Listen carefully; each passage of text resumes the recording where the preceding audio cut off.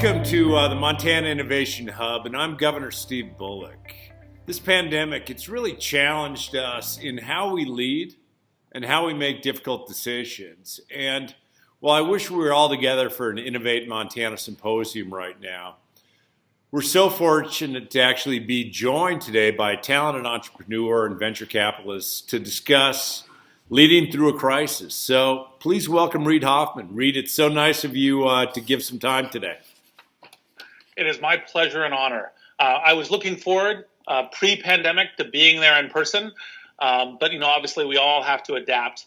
I've actually been coming to Montana most years. There's a great conference that occurs out there, and for our folks who may not know me as well, I'm a co-founder of LinkedIn, I'm a partner at Greylock, which is a venture capital firm.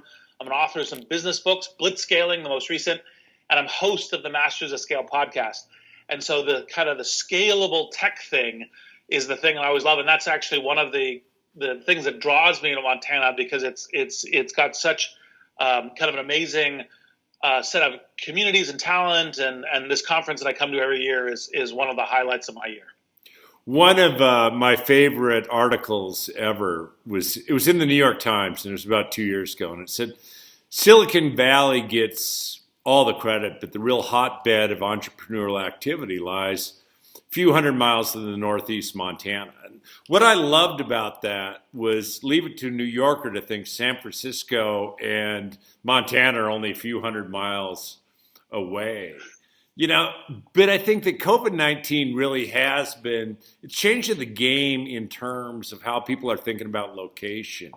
What can we do in Montana to really be better attracting sort of those knowledge-based industries?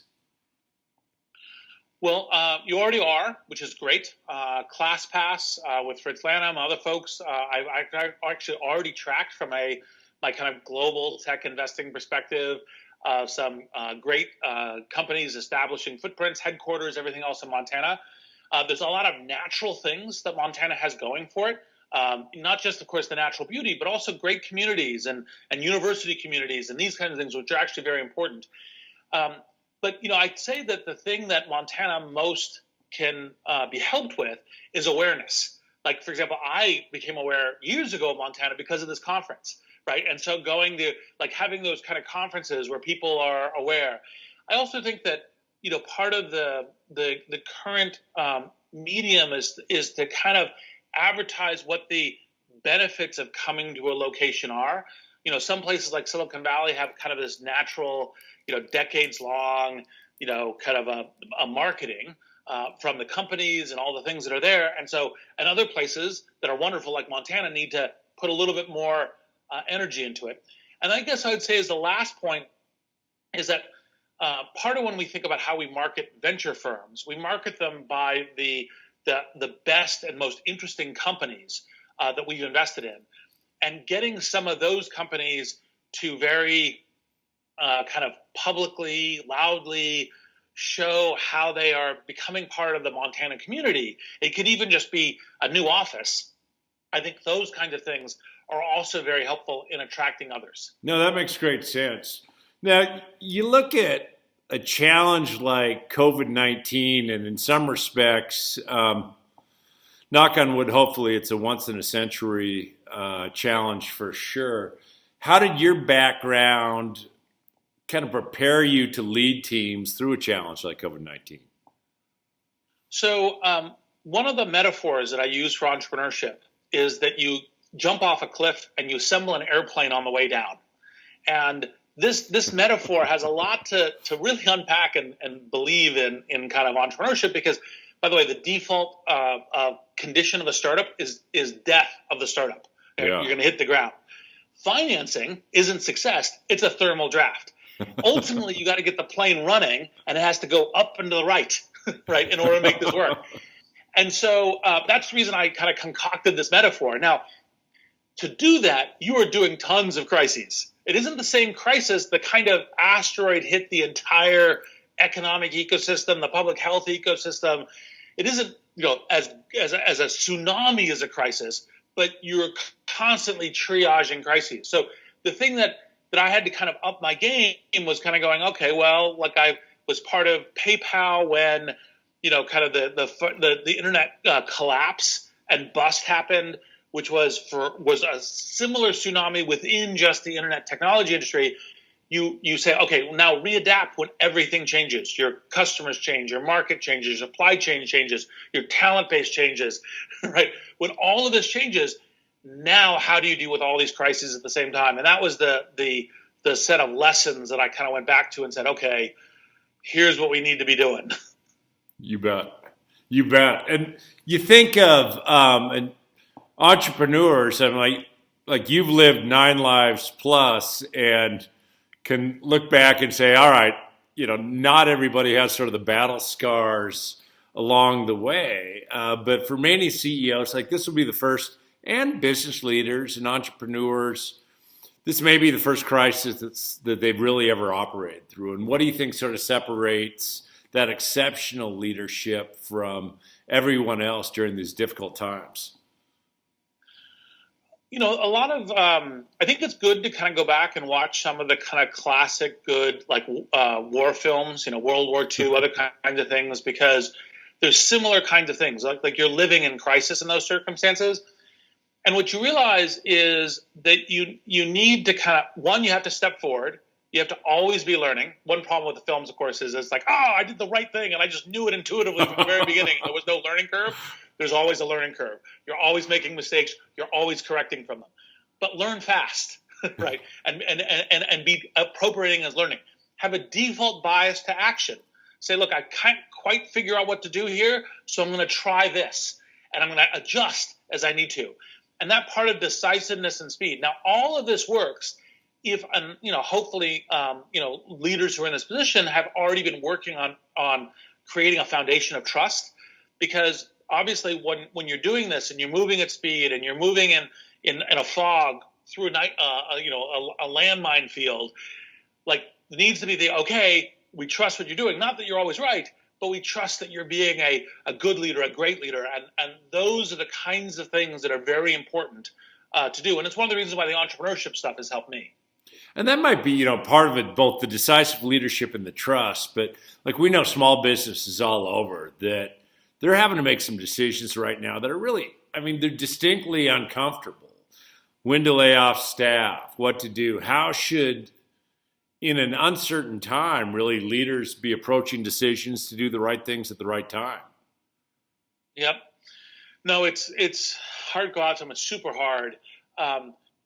It's always what you have to do is you have to say, how do I make sure the institution, the business survives? Now, sometimes you'll say, well, I just need to cut costs right away, but it depends a little bit on whether or not you say, well, actually, in fact, preserving the talent base or refactoring. So like you're a restaurant, you say, well, we refactor to takeout. These kinds of things are actually better for the institution over time. And you're going to have to take risk. Realize that taking risk is not, you have to kind of figure out, like, is it a big risk? Like, e.g., I go out of business and the whole thing, or is it a small risk? I lose a little bit of money, I lose some opportunity. Optimize for taking small risks in order to learn, in order to keep your business kind of going. Another thing that's frequently very hard for leaders is ask for help, right? Typically it's I built this, I'm doing it, I'm self-sufficient. Yeah, that's great, right? Ask for help, right? We are in this together. This asteroid has hit all of us. How do you find information? The very first thing I do when I encounter a problem is I go, who are the 3 people I most want to talk to about this? Whose expertise or knowledge or similar circumstance? It's one of the reasons why, reaching out to government and saying, hey, what could you guys do? Because, by the way, of course, it really matters to the local community that the businesses keep going. It's services, it's jobs, it's the health of the community. So, kind of critically important. So those are the kinds of things to do. It really is like, the reason I use the asteroid metaphor for this is kind of like the best theory of the dinosaurs' extinction was the asteroid. And it's hit everything. And some of us, small business especially, the worst. And we all need to be figuring out what to do to help. Yeah, absolutely. I think back to like March when we did a stay-at-home order, and also then we moved a lot of government services So folks were working from home, and many of them still are. And companies too moving to, like, we've tried to turn around and say, and we've seen some incredible actually efficiencies and growth in some ways. But as sort of companies have moved to a remote work, leading from home is now becoming like part of the company culture. And how can leaders continue to sort of inspire their teams from a distance? And any thoughts on best practices? A few, but I think everyone's learning here. It's a different form of work, and it takes more work. Like people used to kind of say, "Look, I'm a business person. I wander the floors. I go and talk to people, and so forth." Can't do that anymore. Well, what are the proximates of it? It's a little weird because when you do these remote interactions, they're always scheduled, and they're through these little boxes, like we're talking through right now. So make a little bit of an extra effort to have the kind of the context that you would normally have for trust building. So, like for example, start or end. Actually, I personally usually start meetings with a little bit of like, hey, not just how's it going and how you doing, but like, hey, have you read anything interesting recently? Or, did you discover something new that you loved? Right. And then to kind of remind you of the human connection, because that's part of where the trust and the kind of culture comes from. So you have to lean in more. And what would have seemed odd or awkward, a little like forced, like if you walked up to somebody and said, "Hey, so have you read an interesting book recently?" At the office, like, okay, that was kind of random, specific.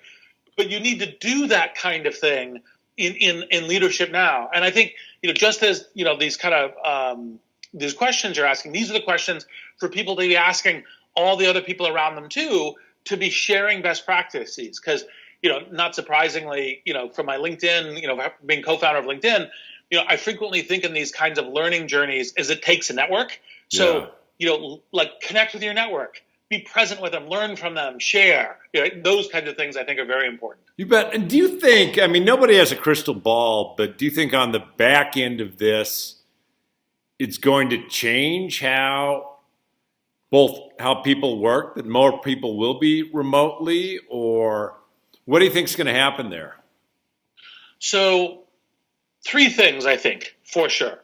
So one is we've got that acceleration of the digital transformation of the use of tools. So people will now have gotten a lot more familiarity, not just with video conferencing, but a wide variety of modern productivity tools.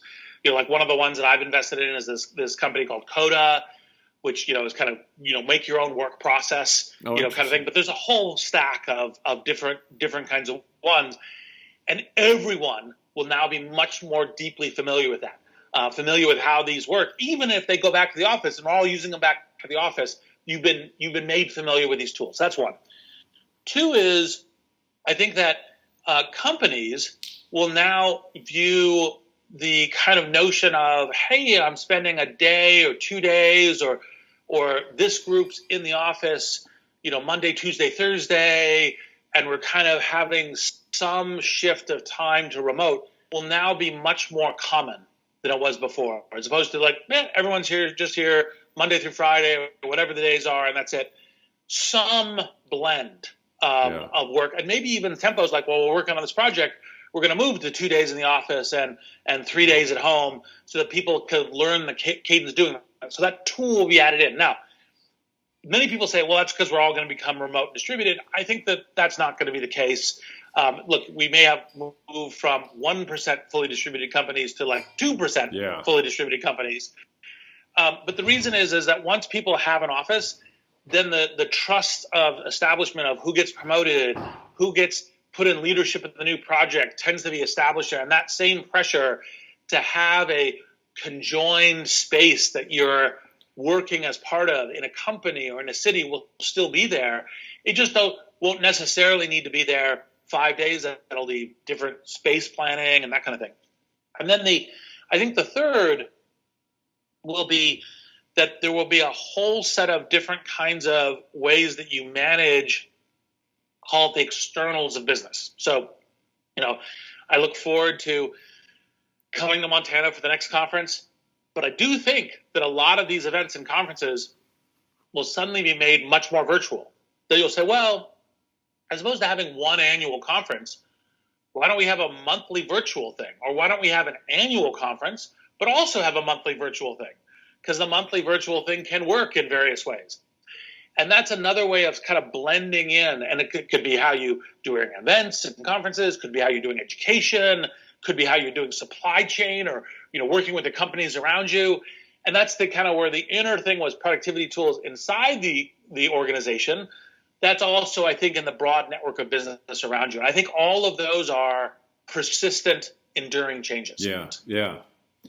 We've seen some incredible stories of resiliency in Montana. For many businesses, that means pivoting their business to meet new demands for products or services. I think back, we have so many micro distilleries in Montana. And early on, then they all said, like, we're switching to hand sanitizers, which was a great service, yet who would have known alcohol consumption would have gone up so much during COVID-19 as well.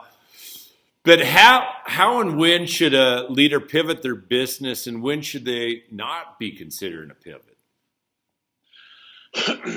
So I actually have, it'll sound a little abstract, but I have a precise framework by which I think about pivots. It's a little bit because, Silicon Valley, land of the pivot, et cetera. So it's not surprising, which is I find that when you're the path that you're on in a business, you're on an investment thesis. Even if the investment thesis is take a microbrewery, people totally love our beer, we make more of it, we ship more of it, we market it, and that's what we do. Great, that's an investment thesis because it's an investment thesis on what the market, on what the future projection of the market is, what the supply chain looks like, how the talent comes together, how everything works, what competition looks like, how that all works, and so you should always have. I think anywhere when you're managing a business, could be investor, could be CEO, could be a manager, is what the investment thesis of your business is. Now, if your confidence interval is going down in your investment thesis, that's when you start thinking about pivoting. And the pivoting could be driven by a threat, diminishment of market, a substitution, competitor, or something else, or it could be an opportunity. Like you go, well, I'm less interested. Like I think this investment thesis looks less good than the hand sanitizer stuff right now because there's such an intense need for it. Then you say, okay, that's when you essentially pivot because you go, this alternative investment thesis is better than this one, right? Whether it's because of threat or opportunity. Now, frequently that change is, it may happen over a small number of days or a small number of weeks, but it's usually not like instantaneous. It isn't like you wake up one morning and you go, oh, I got a new investment thesis and that's it. Because usually you're pretty seriously engaged in what you're doing. And so the way that I think about this is actually my very first book is called The Startup of You, which is how every individual needs to lead their career like an entrepreneur. It's not everyone needs to start a business. That's great if they do or they don't. But it's like the tools an entrepreneur are necessary. And I have this framework called ABZ planning, which is a plan A, plans B, plan Z for the lifeboat plan. What happens when you're moving in the pivot is you're frequently going, well, plan A is not quite working the way I want, whether for opportunity or threat. And so I'm trying plans B, but now my new plans B are less good than my old plans B. Yeah. And that's when you begin to really go, yeah. A real pivot is a good idea now. Yeah, absolutely. In any crisis, too, there's also going to be opportunity. And, how can leaders both find those opportunities while also facing or continuing to try to execute in challenging operating conditions? Yeah. It's funny. There's this, I think JFK started, but there's an apocryphal thing, which is not 100% accurate. And I think we need to construct the term, which is that in crisis is actually opportunity, right? And so you can play to opportunity. And the fact that there's a kind of similar Chinese character is interesting, but we need to invent that word, I think, and do that. Because, part of what happens when you get these transformations is markets open up. Competitors don't adapt or are not there for how you're navigating. Possibly the ground you're on right now becomes a much less good ground to stay on, and you need to move. You need to change the pivot question from before.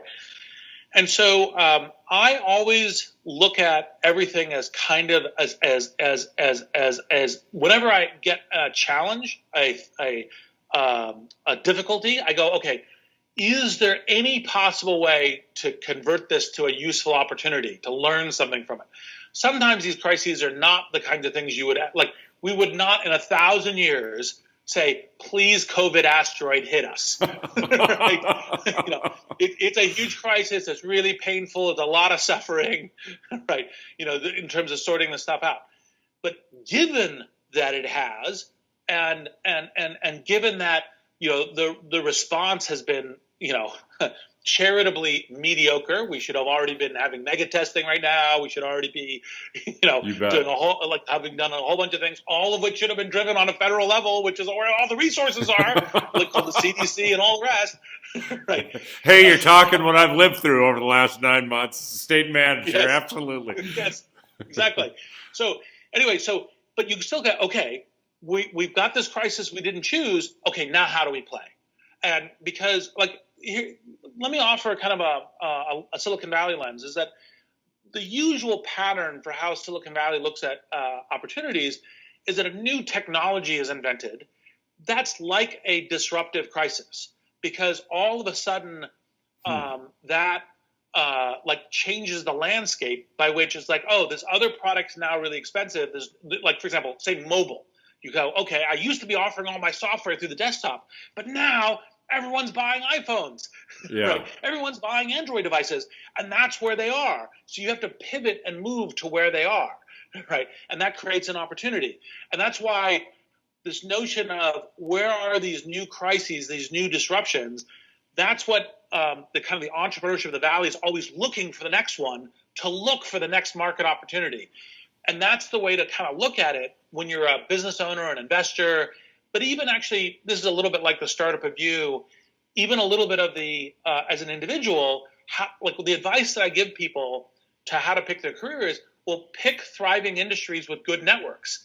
Because no matter where you end up going, you'll continue to have other good opportunity as you do that. That's the kind of choice. The choice isn't like, well, what color is my parachute? I think I'm a good writer. I should just be doing writing. It's like, no. Go to some place where it's a live area of growth and development within the industry, and that the company or the location has these great networks for you to continue to pursue your work life and career. Anyway, sorry. No, that makes real good sense too. And I also think, you hope through this crisis, we learn some things. Like, I imagine in some respects, like I was talking to the chief medical officer of a hospital who's like, I could have never got my docs to think about some of them about the opportunities for telemedicine until this happened. And now some of them won't go back. I think that it's tested our educational system and also pushed us in some ways to say, assuming we have sufficient connectivity in rural areas, assuming that it can change so many things along the way that I've seen from a government side. I mean, what opportunities, and you'd mentioned like Coda that you invest in, but what opportunities do you think are new and interesting as a result of COVID-19? Well, definitely telehealth, as you mentioned, and education. Telehealth especially, because it used to be that that everything kind of conspired against it. A lot of health products tend to be towards older people versus younger people, and older people tend to be more what I'm familiar with, like go visiting the doctor and so forth. Then in health, frequently it's do no harm first. So intense regulation, like how do we know if telehealth isn't going to be worse for you than going to the doctor and visiting in person, et cetera, et cetera. And so then all of a sudden, like this is like, oh gosh, telehealth it is, right? It's much safer for people. It's much better today. And then, by the way, this is part of the thing about technology. It's always reason I'm always technology positive, because that doesn't mean that there aren't negative outcomes of technology. You don't have to shape it and so. But whatever future you want, better health, better education, better middle class jobs, technology is the bridge to getting you there. right? Yeah. Because the technology is the thing that changes the curve. And now that we're investing in telehealth, we're now making it much better. Like that's one of those things that we're not going to go back from, because we go, wait a minute, I can pretty quickly from my home call and get a quick thing about, is this rash or thing with my child or me dangerous? Should I go in or not? And I can do it right now from my home. Yes, please. Yeah. Let's keep that. Right? No, that's a good thing. Now, in addition to the obvious ones, which is like we're living through this, Skype, Teams, Zoom, kind of environment. I think that some of the more the subtle ones are a little bit like I was saying at the beginning, which is that actually, in fact, the way that we live, the way that we entertain ourselves, and the way that we work are all now going, oh, I'm now deep diving into learning what the new internet technology connected area is. So, for example, like in paradoxes, I think it'll accelerate, kind of like call it a next generation of kind of search or interaction things that are based on AI, such that it's like, oh, I have to learn which 2 or 3 words to put into the computer in order to make this happen. It may just be hey, I talk to an agent, and the agent goes, oh, it sounds like you're kind of looking for,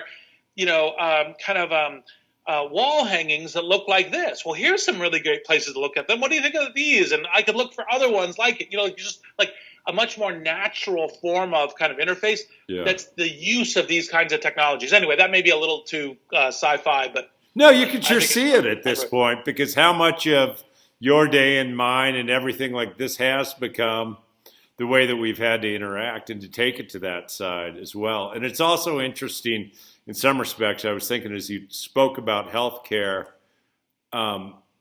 hopefully then government actually stays pace, meaning that one of the challenges between telehealth and others was always what the reimbursement rates would be.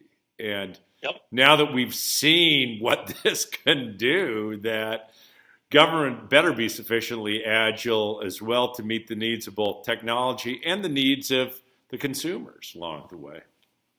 I think that's a great point. Let me add something in, which is, look, I think technology is such an important part of the future that an essential part of government is how do we accelerate and shape technology the right ways?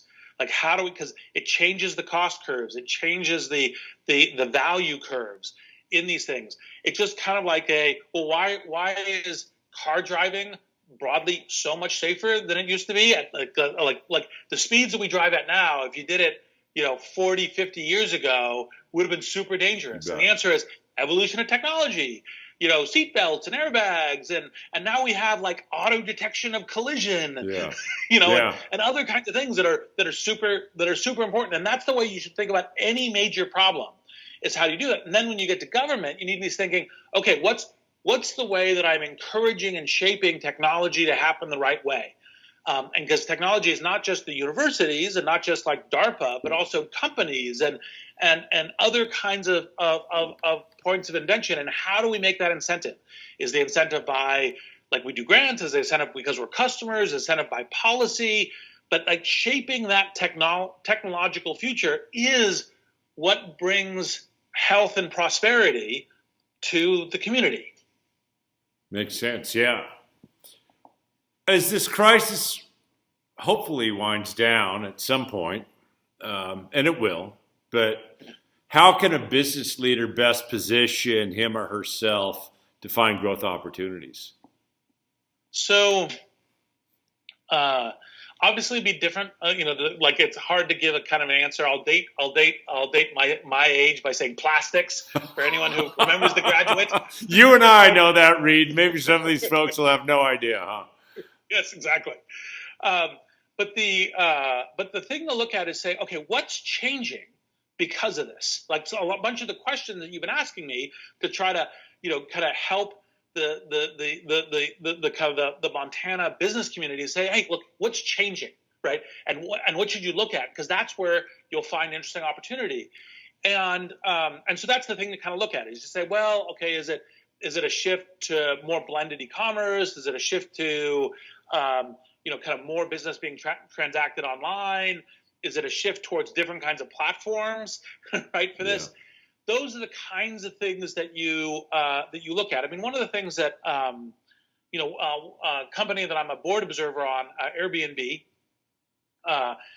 did this thing called magical experiences, which I said, look, we've got this place where people can kind of rent out their room or their apartment or their house, and they can do that, and that actually can create a great additional revenue for them as kind of a little tiny, like very small business, and then it also brings great things to the traveler because, of course, they get to connect more to local community versus just a hotel. Now, the thing they did is, I said, well, what else could we do? Well, we could offer like this entrepreneurial platform for people offering experiences. Like, would you like, to have a midnight, bicycle ride, through Bozeman, right? Or, that kind of thing as a way to or microbrewing. Would you like to learn how to microbrew, right? Yeah. And what goes into making a truly unique and great, handcrafted beer. And those kinds of things are like that's a platform that opens up opportunity, right? And that's the kind of thing that small business needed to be doing. Governments need to be helping with.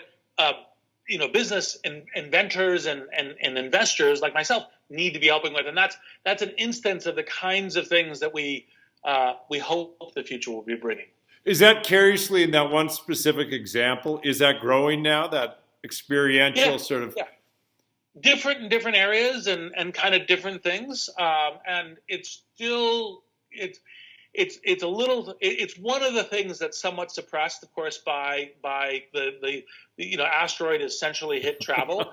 Now, with Airbnb, one of the nice things about having a network and entrepreneurs, because like the advice that's, by the way, this actually may be very good Montana advice, like the properties that had the longest trail backlog of being rented were tree houses. Because people are like, oh, wow, I could go rent a treehouse and have a really interesting, unique experience on a treehouse. I'll go try that.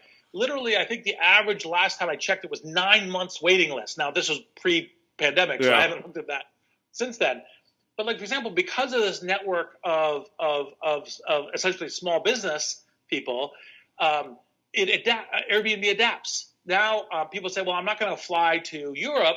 I don't want to get on a plane, and so, but I still need to take my family on a vacation, get out of the house. So they go rent a local Airbnb, 200 to 600 miles, and then go there. And I'm not going to a hotel, which is, maybe too many people in it, because I'm not talking down hotels. I go to hotels for business conferences and all the rest all the time. Yeah. Right. Less during the pandemic. Right. But, and so anyway, the platform, I think, is still doing well, although, group congregation things happen much less at the moment, of course. Indeed. What's been great actually about this conversation too is that as we'll post it, in every one of these answers, you've given both incredible advice and insight in some respects. So this may not be a fair question, but what's the single best piece of advice that you could give to Montana small business leaders? Well, I think I've said most of the things already, but I think, and some of them are present in your, great questions. One is, look, you're always trying to play for the future. So always be looking for opportunity, leverage your network, right? And ask, like, don't, there's this great, and I know Montana's got this deep self-reliance and all the rest, and it's a great American trait. Look, it's awesome. Keep it. But part of being self-reliant is help each other, right? Yeah. I think Robert Putnam, who's author of Bowling Alone, excellent book, has this great kind of American analogy of, look, the pioneers didn't do it as individuals. They went on a wagon train. So think of yourself as part of the wagon train. Like, how do you reach out and help each other, right? And then we get through this together. And I think that's those are already in the things I've said, but those would be the way that I would say as top piece of advice that I think would apply to everybody. No, and those are great reminders for us. And I often say in Montana, we're sort of libertarians. We have a little bit of distrust of government, but we really care about our neighbor. And in the business world, just the recognition that reaching out to others because you're not doing it alone. Reid, it's been a gift for me, but also all of our entrepreneurs and small business folks here in Montana that you gave us this time. So I just so appreciate you joining us today. Well, thank you, and I love Montana, so my pleasure. Come back anytime after the pandemic.